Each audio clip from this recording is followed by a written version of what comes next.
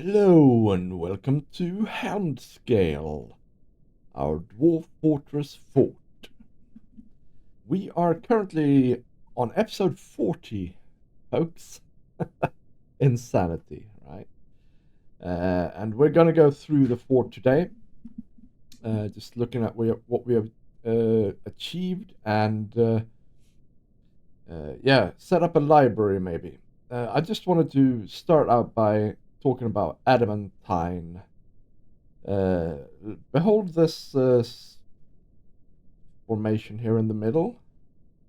As we scroll up the levels, this is an absolutely massive adamantine pillar. I would say I estimate it is 70 Y levels or more. And we've cleared one. I'll show you that in 1 second here. So, it still goes on here, by the way. It's just entered into the mountain, but you can see that there's a blue diamond cluster there. And then here is where we cleared. So I did this off camera. This is the level where we started, where there wasn't any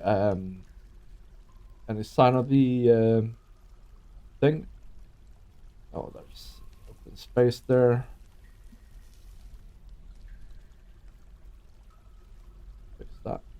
And then I cleared some of this on camera and most of it off camera. And we're about to descend into this section here, and I think that's going to be next episode, and I'm going to show you in detail the method.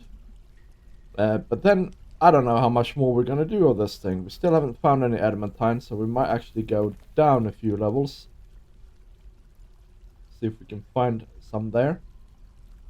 But yeah, it's absolutely massive. I've never really seen a adamantine doohickey that is that big.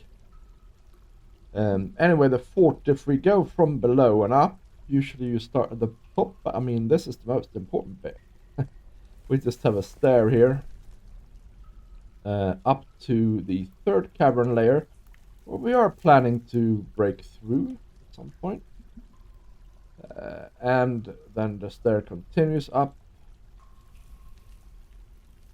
and does a switchback. And this is like really the main staircase of the cavern layer. It goes up to the second cavern layer, where likewise we have a plan to break into it. But it continues upwards here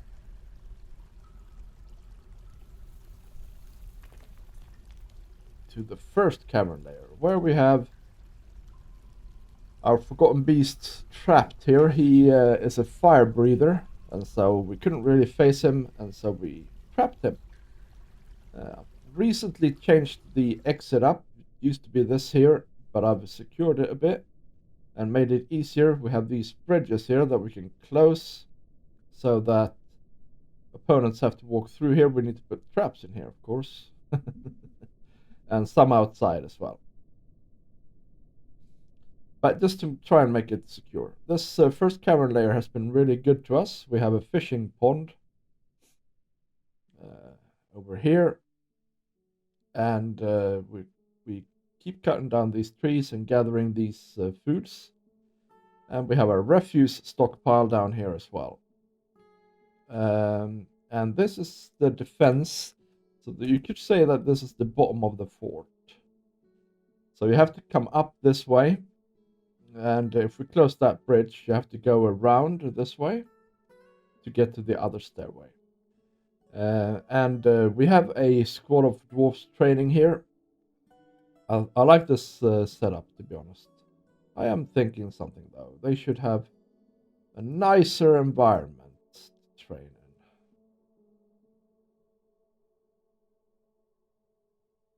in. In fact, this whole section here, since it's part of the fort,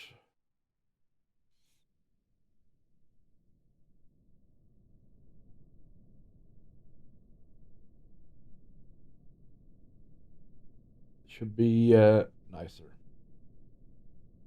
Noise or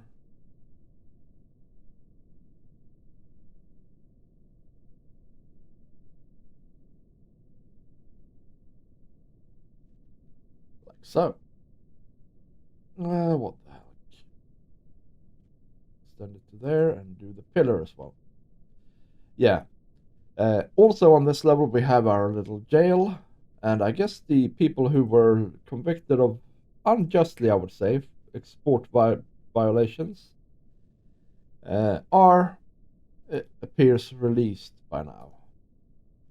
Yes, if we go on one level up, you can see the end of our massive pump stack that goes down into the lava layer and has brought lava up to this construction here. One more layer up, we have the grand crafting area. This section on the right is the the lava smeltery. So it's connected to this grid here.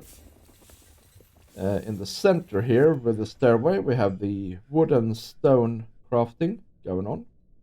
On the left hand side, there is the gem cutting and encrusting, the encrustification process. And in the south, we have all the farms or farming related things in a neat little box. And this is actually our main farm here on the left hand side of the fort. The lower one is for pigtails, and the upper ones here are for all sorts of things, like pump helmets and whatnot. There's a load of finished goods here. That is because this is now full.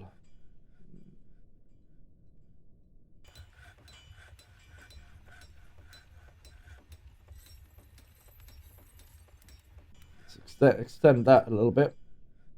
Yeah, we have 4,600 food and 2,200 drinks, 2,000 seeds, 280 meat, no fish, and 2,000 plants, and 2,500 other. So, like you can see here, this is probably full as well, actually. Let's just put that there. This is a load of cheese. And we have soap here. What's here? Dimple cups. Yeah, we can make everything blue forever. And also we have, due to a bit of a misunderstanding, we have so many sandbags, it's not even funny. I'll show you up here. Here's more sandbags. Oh dear. Anyway, yeah, on this level is our finished goods storage, really, but we have some stone as well here, I suppose. And well,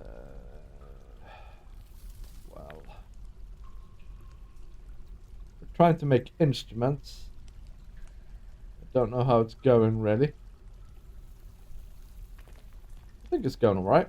Up one level, we are starting with this is our mine, where we've dug out a lot of hematite ore.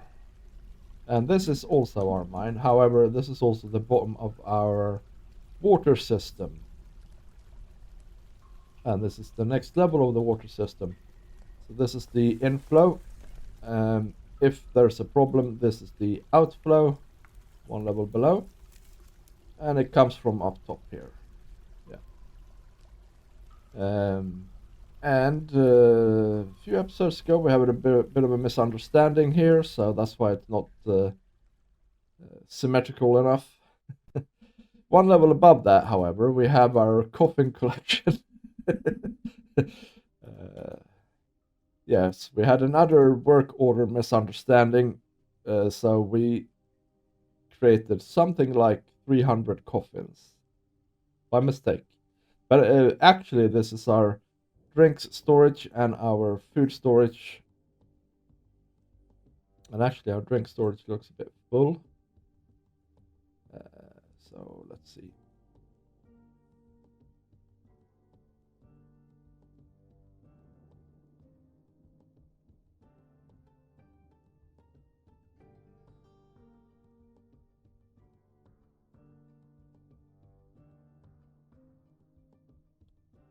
Let's expand it a little bit and see what happens with that.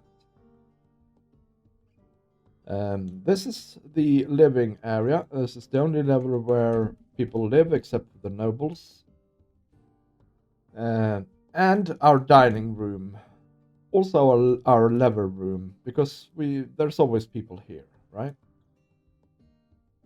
So each bedroom is a 4 square thing with a bed, cabinet, and a chest. And they're all fully engraved, and I think the dwarves really enjoy them. Blissful after sleeping in a fantastic bedroom. Yeah. It's just the same on all 4 sides. Pretty cool. One level up is the civic quarters. We have the temple section here on the left, and the guild section here on the right. We have our office section up here on the north, and also our hospital is here, which is pretty stocked with stuff, I hope. Although they could do with some more splints and things. In the south here we have nobles' quarters. So this is where the king lives in these 4 rooms. This is where the count lives in these 4 rooms. This is where the mayor lives in these 3 rooms here.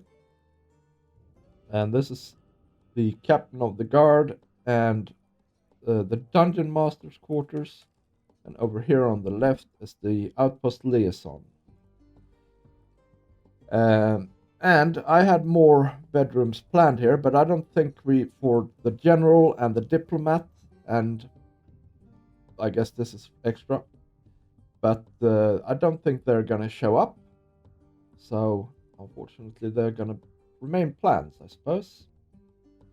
As far as this middle section here goes, we have the tavern in the south here. This is all one big tavern here. And we have our general temple here on the left. And on the right here, there's nothing, but we're going to set up a library here. Apart from the general temple, we have the Temple of Towers here, which I think is the most popular temple in the fort.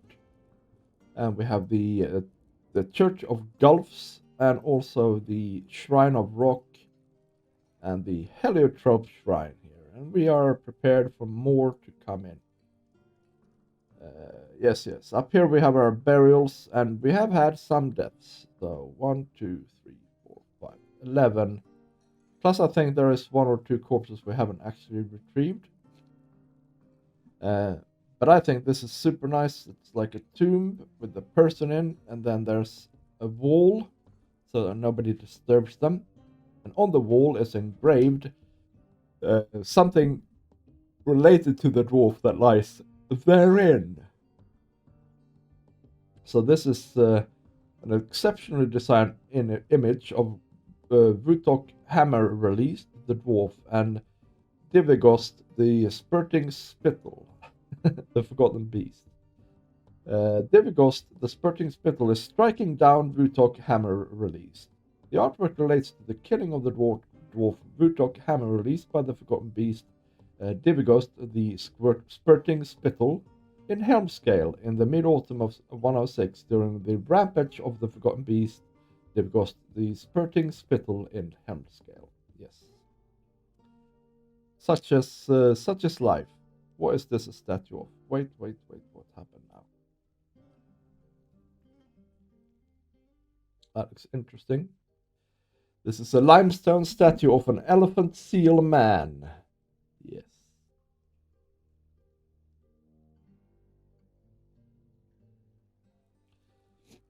And up here in the office section, we have, of course, the bookkeeper and the manager.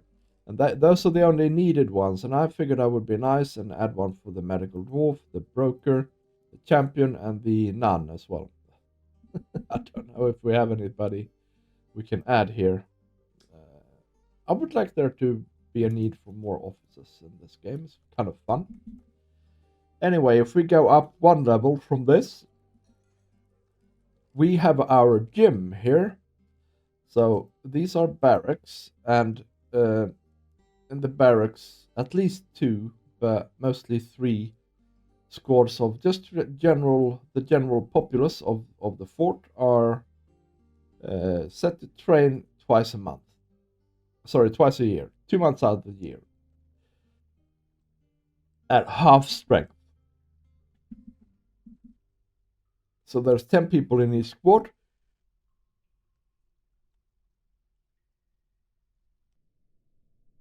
And 5 need to train at any given time. This here is a special one. This is the Foreign Legion. The hairy evenness of shooting. And the hairy evenness of shooting consists of only humans that have moved into our fort. We're missing one.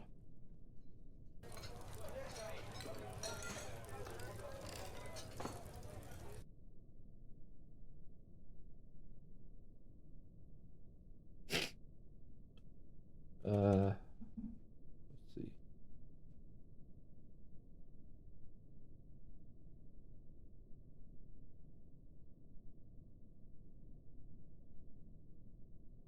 And I don't want people that hate combat.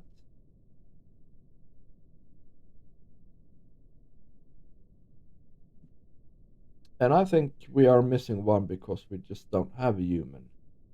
Yeah, so we're waiting for one more human to arrive or to request to stay. Going up another few levels, we have this peculiar thing here. This is our budget mist generator. Oh, that just basically uses the aquifer here to spray down water throughout the stair here, going down all the way to this level here, where there's a little outlet just into the first cavern layer here. So that's how that works. Yes, and going up again.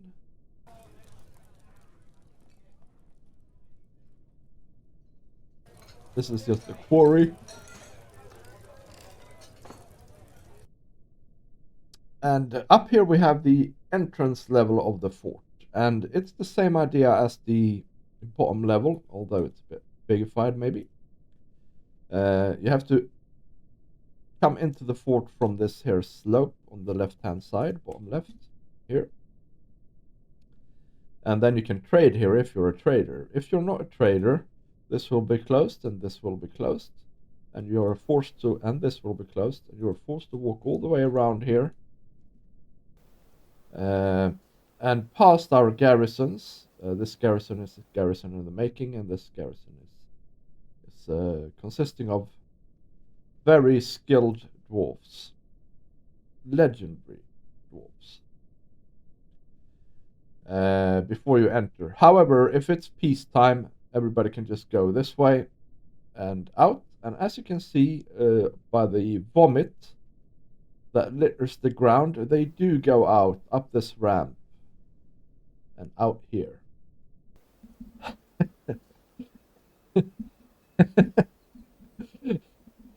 Yes, and I guess I've ordered them to throw away all their old clothes up here. And so there's a literal sea of vomit outside of our fort at the moment. Up top we have some dogs stationed, although they're missing at the moment. And basically just a little hut. Okay, and this is maybe an area of improvement that we might come back to. Try and make this more secure.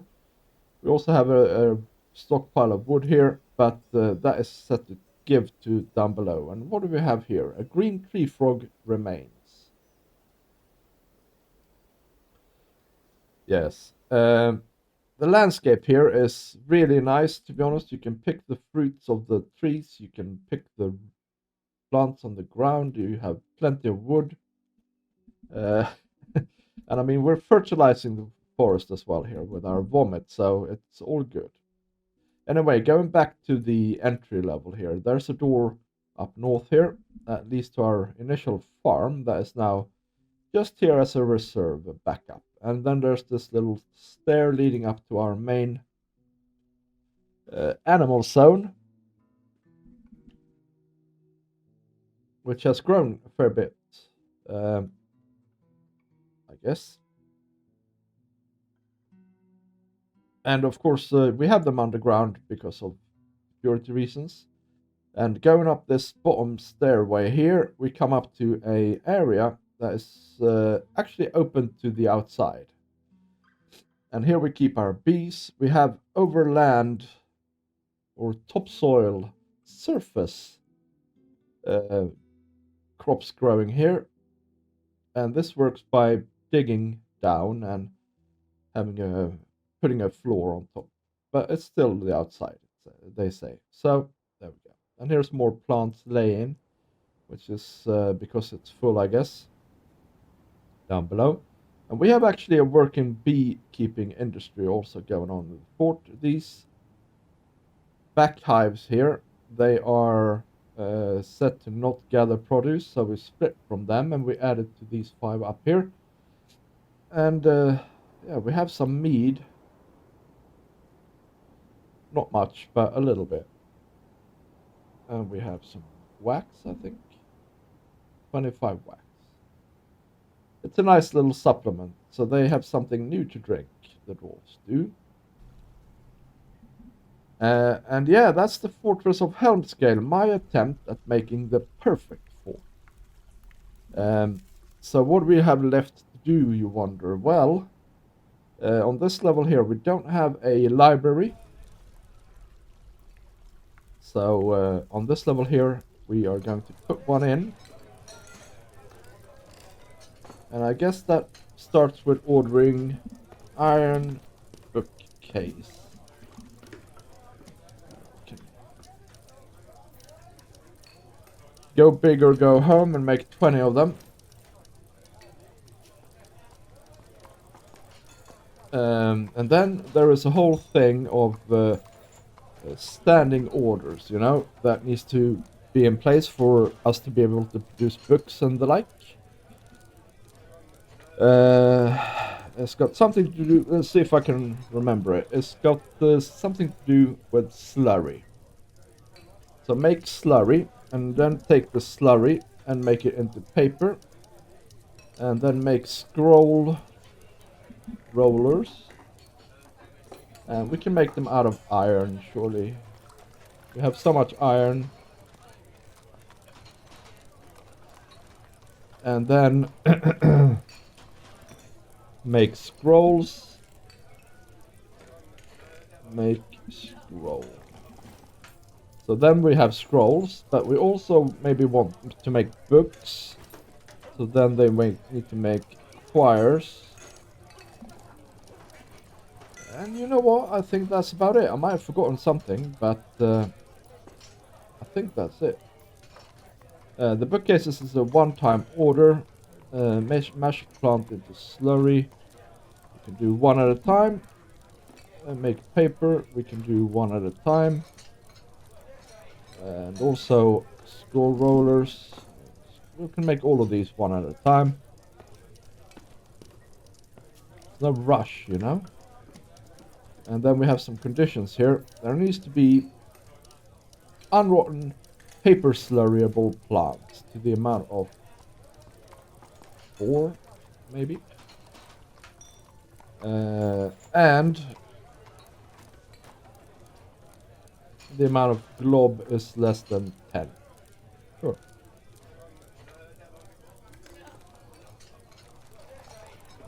So we don't have any more than 10 slurry at any given time. And make paper sheets. The amount of sheets is less than 10. And there is a non-pressed paper slurry glob. Less than 4.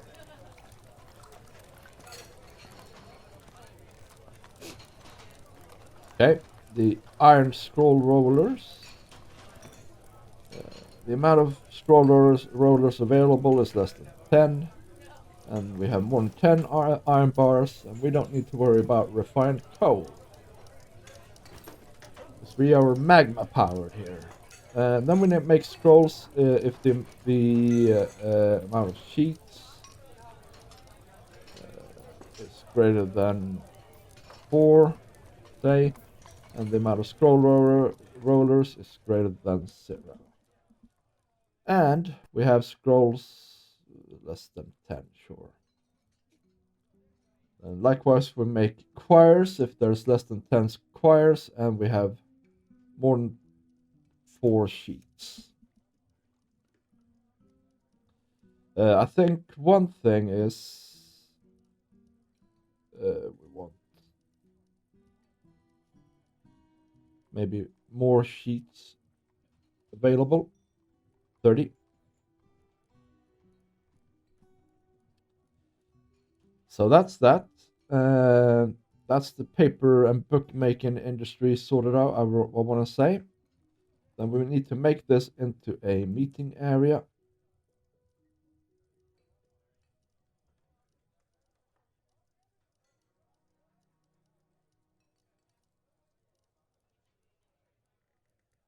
And we want to make it into a library.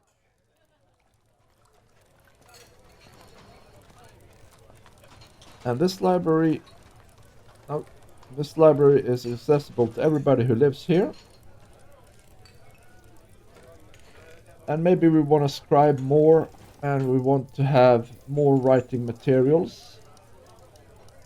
And we want some scholars here. And this is a good way to retire people. And I don't know who we're going to pick yet. So we're not going to pick anybody. Now, we're going to think that through. But that's the library set up. Now we need to build some stuff in it. And first of all, they need bookcases. And let's think about this for 1 second here.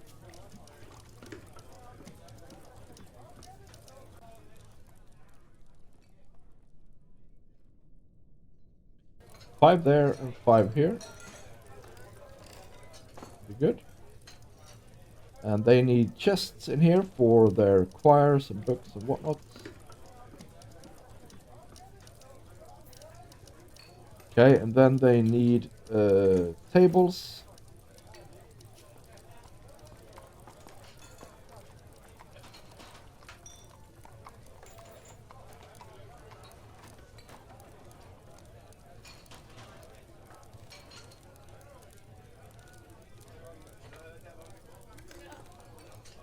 And I guess we can remove these 2 and these 2 because they're gonna conflict with each other. And then they need chairs.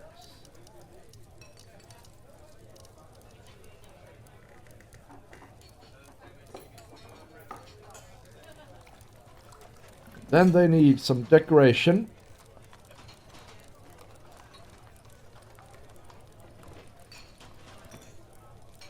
For more tin statues, I would say.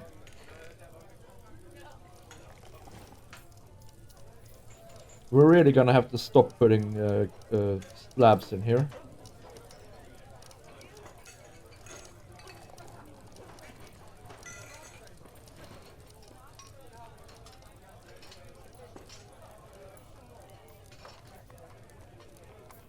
Yeah, that's about it. Let's watch it unfold.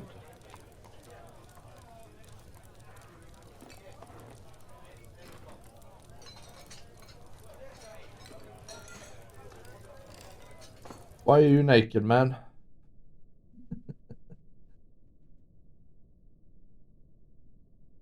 He felt wonder, remembering incompletely performing the rites of the safe doctrines in an undedicated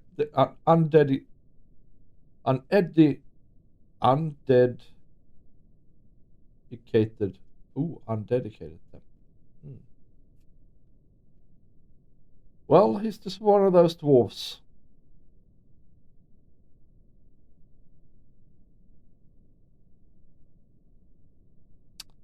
But I think he's a bit, yeah, controversial.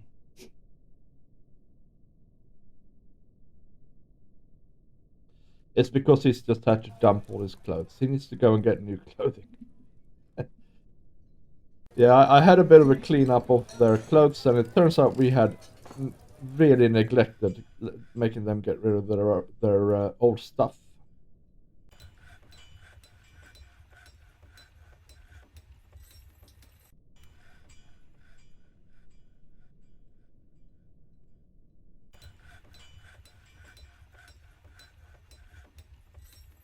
Here we see the mist from the cheapskate aquifer above.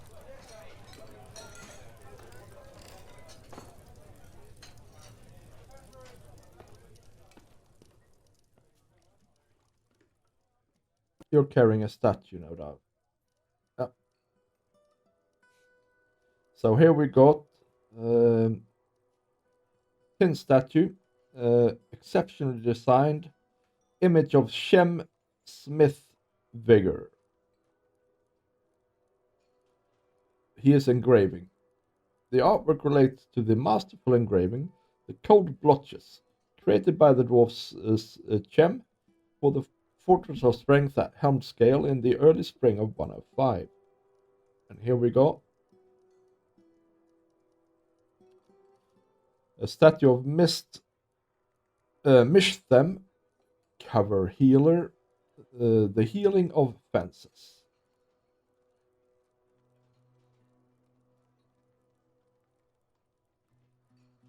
Yeah, he's also engraving. I guess they're... Yeah. And then we have a statue of a guinea fowl, as you have. And a masterful tin statue.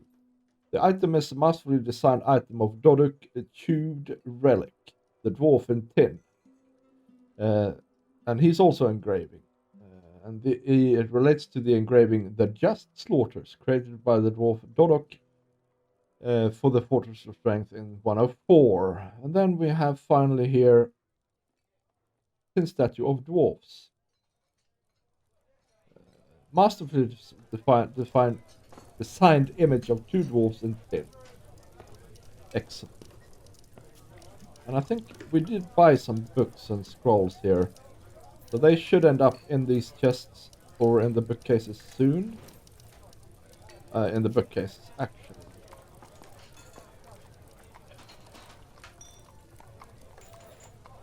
Although it might take a while. So what are these guys doing? They're reading. Oh, okay. So that's why. They're reading the Mountain Home and Beyond. Let's have a look at the Mountain Home and Beyond. That we bought, by the way. This is a hematite-bound codex.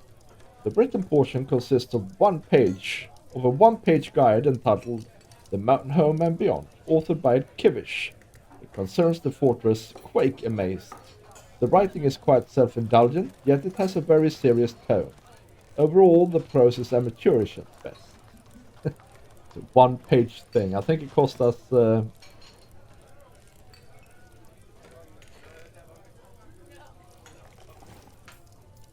a lot of money. Deathkindle and the Universe. This is a well-crafted hematite-bound codex. It's encircled with bands of cushion granite cavitrons. This object menaces with spikes of well-crafted pig bone. On the item is an image of cashew trees in black zircon. The written portion consists of a one-page guide entitled Deathkindle and the Universe, authored by Adri Ewomdether. Concerns the town Deathkindle. The writing has a hint of viciousness to it. Overall, the prose is not awful, but not very good either. So yeah, I think there might be one more book we have, yeah. The interpretation, it's a scroll actually. The interpretation of the Mountain Home. This is a Yeti parchment scroll. The rollers are made from malachite. Written on the item is a guide entitled The Interpretation of the Mountain Halls, authored by Snodub Songsposnu.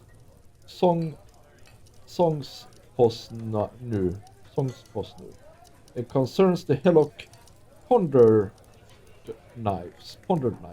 The writing bubbles over with cheerfulness. Overall, the prose is not awful, but not very good either. Indeed. Now let's see if we get any writing materials up here at some point or other. That's the last thing, and then we'll finish up the episode.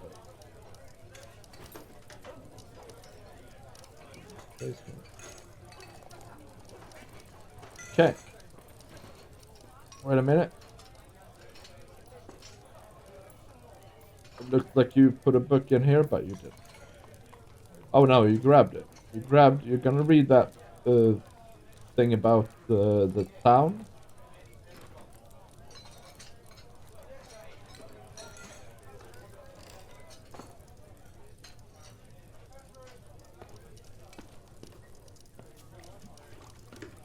Oh, here's another one. The exploration of leopard lanterns. This is a giant cave swallow parchment scroll. The rollers are made from lignite. Written on the item is an essay entitled An Exploration of Leopard Lanterns, authored by Uzol. It concerns the start as a power of the dwarf Uzol class puzzle in Leopard Lanterns in 51. The writing is very compassionate. Overall, the prose is not awful, but not very good either. So he's written about himself, basically. It's a biography on a scroll. We have a naked dwarf with an axe. We have several naked dwarfs in the fort at the moment. I think the dungeon master is naked. I think it'll take a while for them to get clothes up and running after our great purge. And we have a caravan. But we'll deal with that next episode, guys. And lasses and whatnot. Thank you for watching. I will see you next time. Bye.